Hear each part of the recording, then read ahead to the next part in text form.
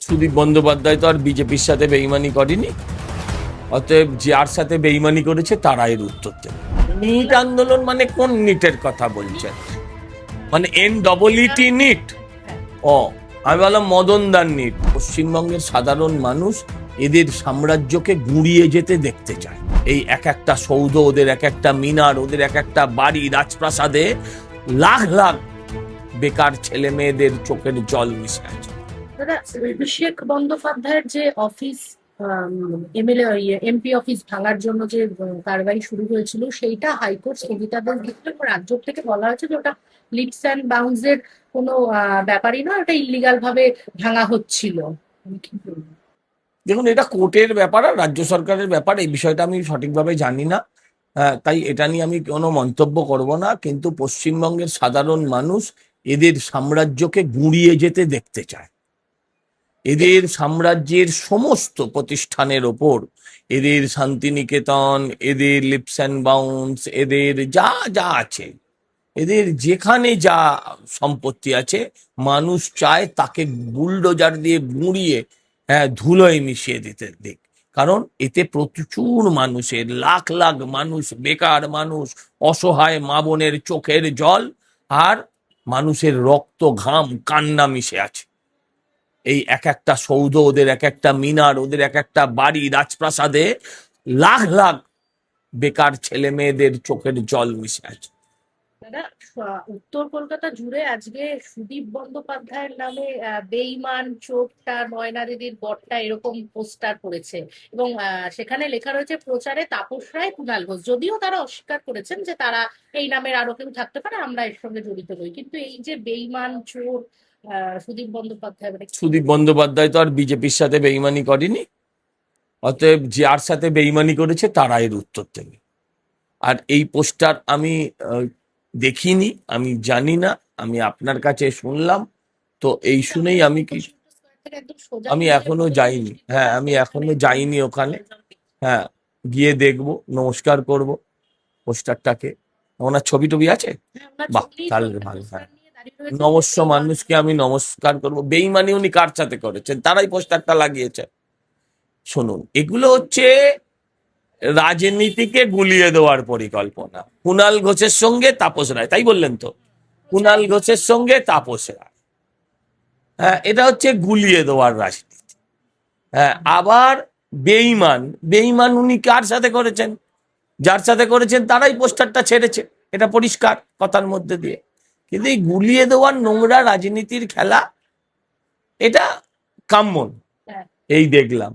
হ্যাঁ, এই যে এনসিপিআই তে উনি যোগ দিয়েছিলেন কিসে যোগ দিয়েছেন? এনসিপিআই সেটা কি? সাংসদ এখন হয়েছেন। এনসিপিআই একটা নতুন দল, সেখানে আমি নামও শুনিনি। হ্যাঁ, তো সেই সেখানে আজকে মানে শ্রমিক ভট্টাচার্য বলে দিয়েছেন আপনাদের রাজ্য সভাপতি যে এনসিপিআই সাংসদদের এনডিএ তে স্বাগত, এবং তারপরে আমরা দেখতে পেলাম যে একেবারে গ্র্যান্ড ওয়েলকাম জানানো হলো এবং কাকুলি ঘোষ দস্তিদার তিনি বললেন যে আমরা এনডিএ এর সঙ্গে কাজ করতে পেরে খুশি। তো দাদা, আমি গ্র্যান্ড ওয়েলকাম মানে ব্যান্ড বাজা তাসা এসব বাজেছে নাকি?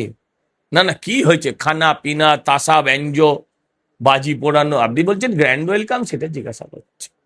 তো সেখানে ওখানে মানে যখন দিল্লিতে এই ধরনের কাজকর্ম হচ্ছে, আপনাদের ওখানে মানে গ্রাউন্ড লেভেলে কাজ করতে বা কর্মীদের কোনো আর দেখুন, আমরা গ্রাউন্ড লেভেলের কর্মী, এরা কেন্দ্রীয় স্তরের নেতৃত্ব যা সিদ্ধান্ত নেবে, আমরা নিচের কর্মীরা সেই সিদ্ধান্তকে মানতে বাধ্য। আর রইল বাকি মনের কথা, মনের ইচ্ছে, হ্যাঁ, সেটা তো আর সংবাদ মাধ্যমের সামনে প্রকাশ করা যায় না। মানে কোথাও কি কাজ করতে গ্রাউন্ড লেভেলে কর্মীদের নিয়ে অসুবিধা হবে না বা অসন্তোষ থাকবে না কোথাও, যে যারা তৃণমূলে অসুবিধা হলেও আমি আপনাকে বলবো না, অসন্তোষ থাকলেও আমি আপনাকে বলবো। অসুবিধা হলেও আমি আপনাকে বলবো না, অসন্তোষ থাকলেও আমি আপনাকে বলবো না। কিন্তু আমার কর্মীরা যারা আমার, যাদের নিয়ে আমি কাজ করেছি, আমি তাদের নিয়ে সন্তুষ্টই ছিলাম। আমার তাদের নিয়ে কোনো সমস্যা ছিল না। তারা যথেষ্ট এফিসিয়েন্ট, তারা যথেষ্ট প্রাণপাত করে দলকে জিতিয়ে সরকারে এনেছে। নিট আন্দোলন যেভাবে ছড়িয়ে পড়ছে এবং তারপরে আমরা নিট দেখলাম আন্দোলন মানে কোন নিটের কথা নিট বলছেন? প্রশ্ন ফাঁস, মানে এটা- NEET নিট? হ্যাঁ, ও, আমি বললাম মদনদার নিট। এখন যে আন্দোলন ছড়াচ্ছে সেটা NEET নিটের আন্দোলন নয়,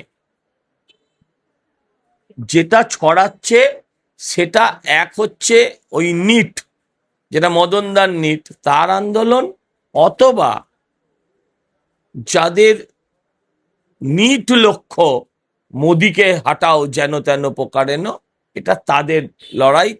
যারা দেশটাকে তছনছ করে দিতে চায়, যারা দেশের শান্তি, ভাইচারা, সম্পর্ক সমস্ত কিছু যারা নষ্ট করে দিতে চায়, এটা আন্দোলন নয়, এটা তাদের ষড়যন্ত্র। যারা ধরা পড়েছে, কিন্তু আপনার চোখে মনে হয়েছে এরা নিটের পরীক্ষার্থী? আচ্ছা নিট ছেড়ে দিন, এদের এদের পাস্ট 14 জেনারেশনেও কেউ মাধ্যমিক পাস করেছে? আচ্ছা আপনাদের যারা মারলো, আমি দেখেছি আপনাদের আপনাদের বাংলা হান্টের সাংবাদিকও নিগৃহীত হয়েছিলেন, সাংবাদিক না, একজন মহিলা সাংবাদিক। আচ্ছা আপনারা কি নিটের আন্দোলনের বিরোধিতা করেছিলেন? শুধু বুঝলো এ সাংবাদিককে মারো, কেন? কেন? কারণ এটাই ছিল লক্ষ্য, যে স্টেবিলিটিটাকে নষ্ট করে। কিন্তু দাদা, যেটা দেখা যাচ্ছে যে ওরা যে তিনটে দাবি তুলেছিল তার মধ্যে একটা ধর্মেন্দ্র প্রধানের, সবকটাই পেয়ে গেছে। হ্যাঁ, তো আর একটা যেটা সেটা হচ্ছে সমস্ত যারা কেস হয়েছে সেই কেস তুলে নেওয়া। না না, এটা এটা এটা হলে বাংলার আপামর মানুষ বিরোধিতা করবে। যারা শান্তিপূর্ণ আন্দোলনে ছিল তাদের বিরুদ্ধে তো কিছু হচ্ছে না, কিন্তু যারা পুলিশের গাড়িতে ওই নিটের পরীক্ষার্থী, এত বড় দাড়ি, এরাম টুপি, গোঁপ নেই, হ্যাঁ, গোড়ালির ওপরে পাজামা পরে হাতে দেশলাই নিয়ে পুলিশের গাড়ির ট্যাঙ্কে যে লোকটা আগুন দিচ্ছে, তার বিরুদ্ধে মামলা তুলে নিলে যারা এই সরকারকে ভোট দিয়েছিল তারাও আগামী দিন ভোট দেবে। আরো ভালো ভালো খবর দেখতে সাবস্ক্রাইব করুন বাংলা হান্টের ইউটিউব চ্যানেল। বাংলা হান্টের আরো খবর দেখতে নজর রাখুন। বাংলা খবর মানেই বাংলা হান্ট।